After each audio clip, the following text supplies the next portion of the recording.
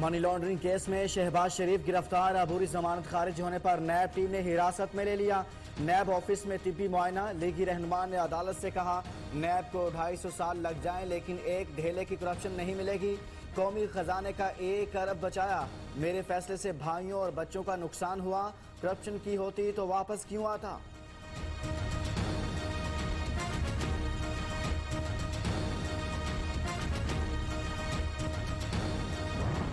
शहबाज शरीफ को भाई से वफादारी की सजा मिली।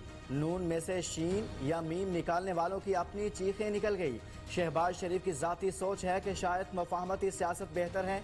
मेरे और मियां साहब के बयानिए का बोझ उठाना हर किसी के बस की बात नहीं। मरियम नवाज की प्रेस कॉन्फ्रेंस। APC के तमाम फैसलों पर 100% अमल दरामद का ऐलान।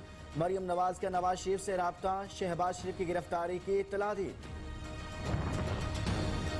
शहबाज शरीफ को नैब न्यासी गठजोड़ ने गिरफ्तार किया। गिरफ्तारियों से नहीं डरते, ओछे हथकंडों का मुकाबला करेंगे। लीगी तर्जुमान मरियम औरंगजेब का ऐलान। कहती हैं, हर मुखालिफ की आवाज बंद की जा रही है। नालायक और नहलों को कोई नहीं पूछता।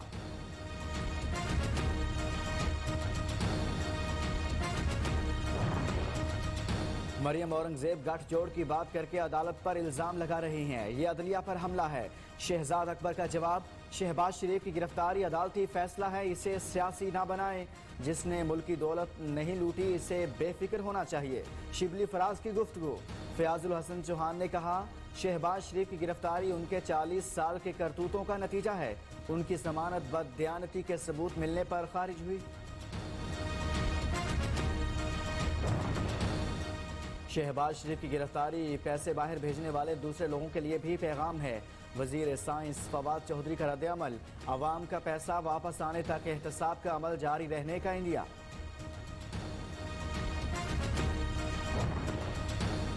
मुल्क लूटने वाले 31 दिसंबर तक जेल की रौनकें बढ़ाएंगे। वजीर रेलवे शेख रशीद की पेशगोई। कहा, नवाज शरीफ ने फैसला कर लिया है, उन्होंने बाकी जिंदगी लंदन में गुजारनी है।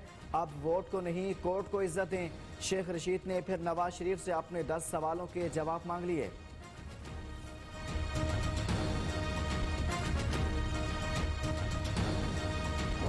जाली अकाउंट्स और मेगा मनी लॉन्ड्रिंग केस में आसिफ जरदारी और फरियाल तालपुर पर फर्द जुर्म आयद। हुसैन लवाई, ताहा रज़ा समेत 14 मुल्जिमान पर फर्द जुर्म लगाई गई। तमाम मुल्जिमान का जुर्म मानने से इनकार। आसिफ जरदारी ने जाली अकाउंट्स केस का ट्रायल इस्लामाबाद हाई कोर्ट में चैलेंज करते हुए मनी लॉन्ड्रिंग और पार्क लेन रेफरेंसेस में बरी करने की इस्तदा कर दी।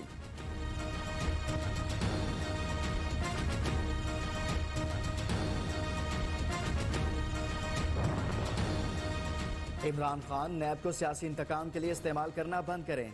चेयरमैन पीपल्स पार्टी बिलावल भुट्टो की शहबाज शरीफ की गिरफ्तारी की मजम्मत। कहा, ECL में नाम और कैद के बावजूद साबिक सदर और उनकी बहन अदालतों का सामना कर रहे हैं।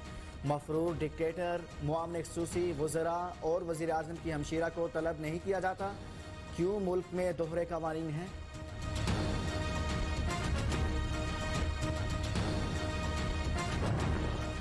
सजा और जजा के बगैर कोई मुआशरा तरक्की नहीं कर सकता। वज़ीर आज़म इमरान खान का पेशावर लेडी रीडिंग अस्पताल में खिताब। नए मेडिकल एंड अलाइड ब्लॉक का भी इफ्तिताह किया। मोहम्मद में उमायदीन से खिताब करते हुए वज़ीर आज़म ने कहा, सूबों ने वादा किया था कबायली इलाकों को NFC अवार्ड का 3% हिस्सा देंगे। खैबर पख्तूनख्वा ने दे दिया, बाकी सूबे कहते हैं उनके पास पैसे ही नहीं।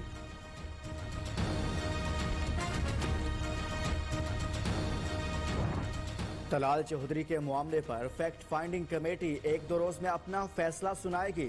हुकूमत मामले पर पॉइंट स्कोरिंग कर रही है। लीगी रहनुमा राना सनाउल्लाह का इल्जाम। एहसन इकबाल का तलाल चौधरी से मुतालिक सवाल का जवाब देने से गुरेज। तलाल चौधरी की सियासत पर ताहयात पाबंदी आयद करने के मुतालबे की करारदाद पंजाब असम्बली में जमा।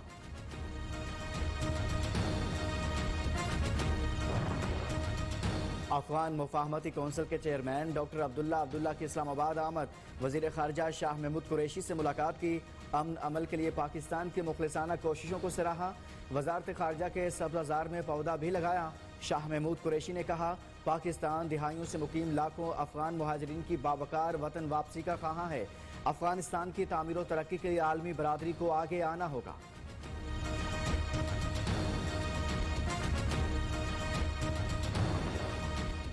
बाबर मल्ली या आबिद मल्ली सीसीपी और लाहौर सानिया मोटरवे के मरकजी मुलजिम के नाम से ही बेखबर। साथ ही एक अनोखी मंतक भी सामने ले आए। कायमा कमेटी बराए इंसानी हुकूक में कहा, खातून को खावन ने पूछे बगैर घर से ना निकलने का कह रखा था। वीडियो पर बच्चों से बात कराने का कहा तो वो घर नहीं थी, इसलिए जल्दी से निकली। उमर शेख ने एक बार फिर कमेटी से हाथ जोड़कर मुआफी मांगी। पामी के सदर प्रोफेसर डॉक्टर चौधरी अब्दुल रहमान का पीएमसी में पामी मेंबर शामिल न करने पर दाखिले न करने, कॉलेजेस की तालाबंदी और इदारों के घेराव का इंडिया। कहा, यूएचएस ब्लैकमेल न करे, धौंस धांधली से काम नहीं चलेगा। पामी रेगुलेशन कमेटी भी कायम। प्रोफेसर डॉक्टर चौधरी अब्दुल रहमान ने अहदेदारों से हल्फ लिया।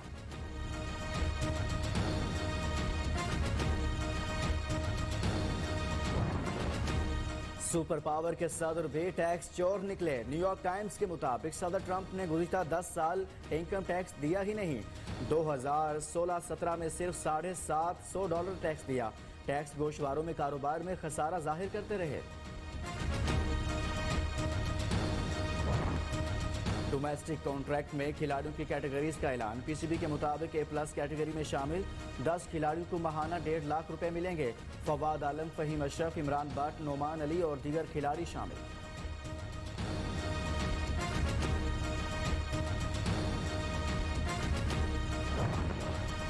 नेशनल शूटिंग चैंपियनशिप में पाक आर्मी की पहली पोजीशन बरकरार। 7 गोल्ड, 3 सिल्वर और 7 ब्रॉन्ज मेडल के साथ नंबर 1। बहरिया की टीम दूसरे और एयरफोर्स तीसरे नंबर पर।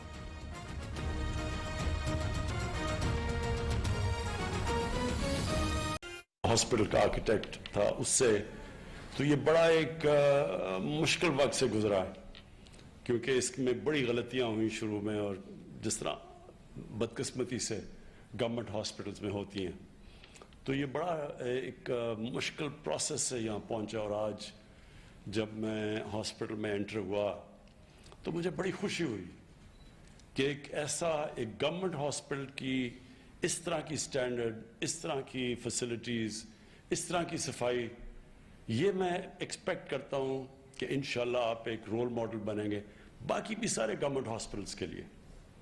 क्योंकि हमारी मुल्क जैसे इवॉल्व हुआ, हम तो पहली जनरेशन है पाकिस्तानियों की, जो हमारे वालिदैन तो एक गुलाम हिंदुस्तान में पैदा हुए थे, तो जो हमने शुरू में गवर्नमेंट हॉस्पिटल्स देखे उनकी बहुत अच्छी स्टैंडर्ड थी। हम सब, मैं, मेरी बहनें, हम सब गवर्नमेंट हॉस्पिटल्स में पैदा हुए थे, और कभी भी किसी को कुछ होता था गवर्नमेंट हॉस्पिटल्स में जाते थे। तो प्राइवेट हॉस्पिटल्स का तो कॉन्सेप्ट ही नहीं था। 60s, लेट 60s में जाके प्राइवेट हॉस्पिटल शुरू हुए पाकिस्तान में। उससे पहले सब गवर्नमेंट हॉस्पिटल्स में जाते थे। उससे पहले तो हमारे जो सरबराह भी थे वो लंदन में अपना इलाज नहीं करवाते थे, उनका इलाज पाकिस्तान में होता था। बदकिस्मती से एक बहुत बड़ा 70s के बाद तबाही मची पाकिस्तान में। जो नेशनलाइजेशन हुई, उसने यूनिवर्सिटीज़ का, स्कूल्स का, हॉस्पिटल्स का सारा स्टैंडर्ड्स हमारे नीचे आने शुरू हुए, और उसकी एक बहुत बड़ी वजह थी। देखिए, कोई भी इदारा